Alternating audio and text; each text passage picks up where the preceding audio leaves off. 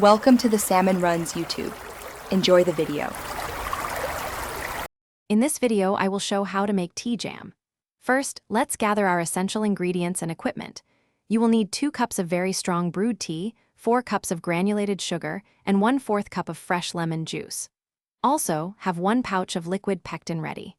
Make sure your pots, jars, and utensils are sparkling clean to ensure a successful and delicious batch of homemade tea jam. This preparation is key for a smooth process. Next, we'll brew our tea and start combining ingredients. Begin by brewing a very strong tea concentrate, about 2 cups of liquid from 4 to 5 tea bags or 2 tablespoons of loose leaf tea, steep for 10 minutes. Pour this rich tea into a large, heavy-bottomed pot. Add 4 cups of granulated sugar and 1/4 cup of fresh lemon juice. Stir this mixture constantly over medium heat until all the sugar crystals have completely dissolved, creating a clear liquid base for our jam. Now, it's time to cook our jam to perfection.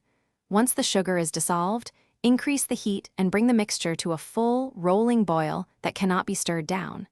This is crucial for activating the pectin. Immediately pour in 1 pouch of liquid pectin, stirring vigorously for exactly 1 minute to ensure it's evenly distributed. Continue boiling for another 60 seconds.